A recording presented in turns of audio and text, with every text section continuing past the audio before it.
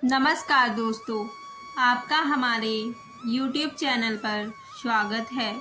दोस्तों, स्नान और नहाने में क्या अंतर है, आज हम जानेंगे इस कहानी के द्वारा। एक बार देवी सत्यभामा ने रुक्मणी जी से पूछा कि दीदी, क्या आपको मालूम है कि श्री कृष्ण जी बार बार द्रौपदी से मिलने क्यों जाते हैं? कोई अपनी बहन के घर बार बार मिलने थोड़ी ना जाता है। मुझे तो लगता है कुछ गड़बड़ है। ऐसा क्या है जो बार बार श्री कृष्ण द्रौपदी के घर जाते हैं? तो देवी रुक्मणी ने कहा, बेकार की बातें मत करो। यह बहन भाई का पवित्र संबंध है। जाओ, जाकर अपने काम करो। श्री कृष्ण समझ गए और कहीं जाने लगे। तो देवी सत्यभामा ने पूछा कि प्रभु, आप कहाँ जा रहे हैं? तब श्री कृष्ण जी ने कहा कि मैं द्रौपदी के घर जा रहा हूँ। अब तो सत्यभामा जी और बेचैन हो गई और तुरंत देवी रुक्मणी से बोली, देखा दीदी, फिर वहीं द्रौपदी के घर जा रहे हैं। यह सुनकर श्री कृष्ण ने कहा कि देवी, क्या तुम भी हमारे साथ चलोगी? तो सत्यभामा जी तुरंत तैयार हो गई और देवी रुक्मणी से बोली, दीदी, आप भी मेरे साथ चलो और द्रौपदी को ऐसा मजा चखा जाएंगे कि बस जीवन भर याद रखेगी। देवी रुक्मणी भी तैयार हो गई। दोनों रानियां द्रौपदी के घर पहुंची तो देखा कि द्रौपदी अपने केस संवार रही थी। जब द्रौपदी केस संवार रही थी तो श्री कृष्ण ने पूछा, द्रौपदी, क्या कर रही हो? तो द्रौपदी बोली, भैया, केस संवार के अभी आई।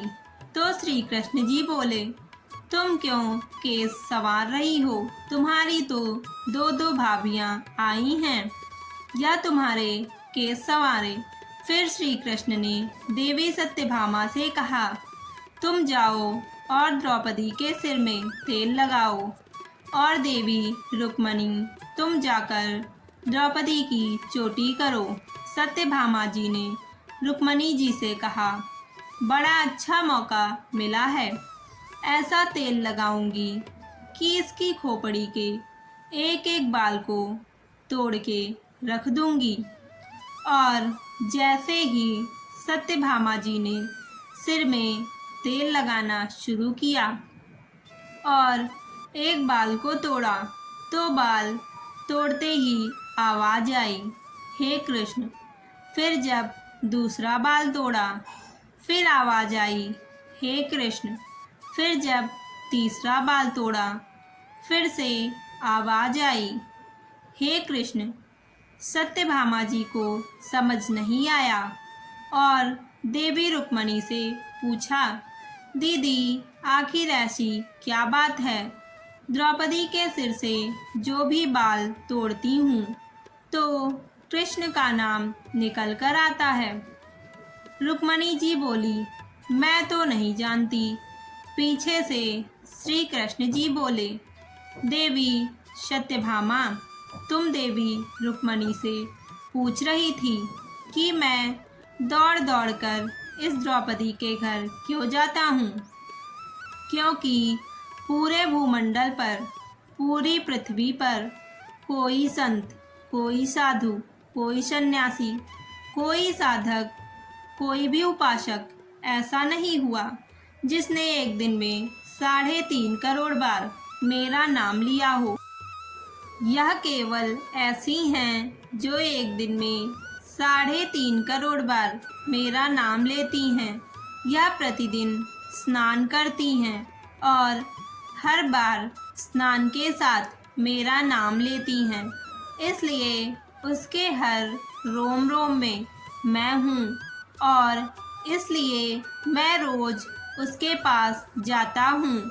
इसे कहते हैं स्नान, जो देवी द्रौपदी प्रतिदिन किया करती थी। हम जो रोज साबुन, शैम्पू और तेल लगाकर अपने तन को स्वच्छ करते हैं। इसको केवल नहाना कहा गया है। स्नान का मतलब है हमारे शरीर में 3.5 करोड़ रोम छिद्र हैं।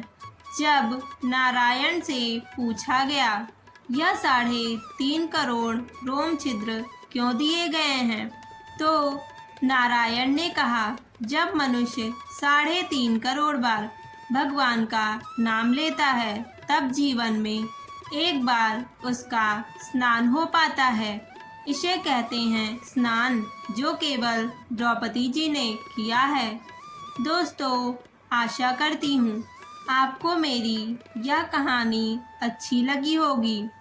आपको वीडियो अच्छी लगी हो तो वीडियो को लाइक करें, शेयर करें और चैनल को सब्सक्राइब करें।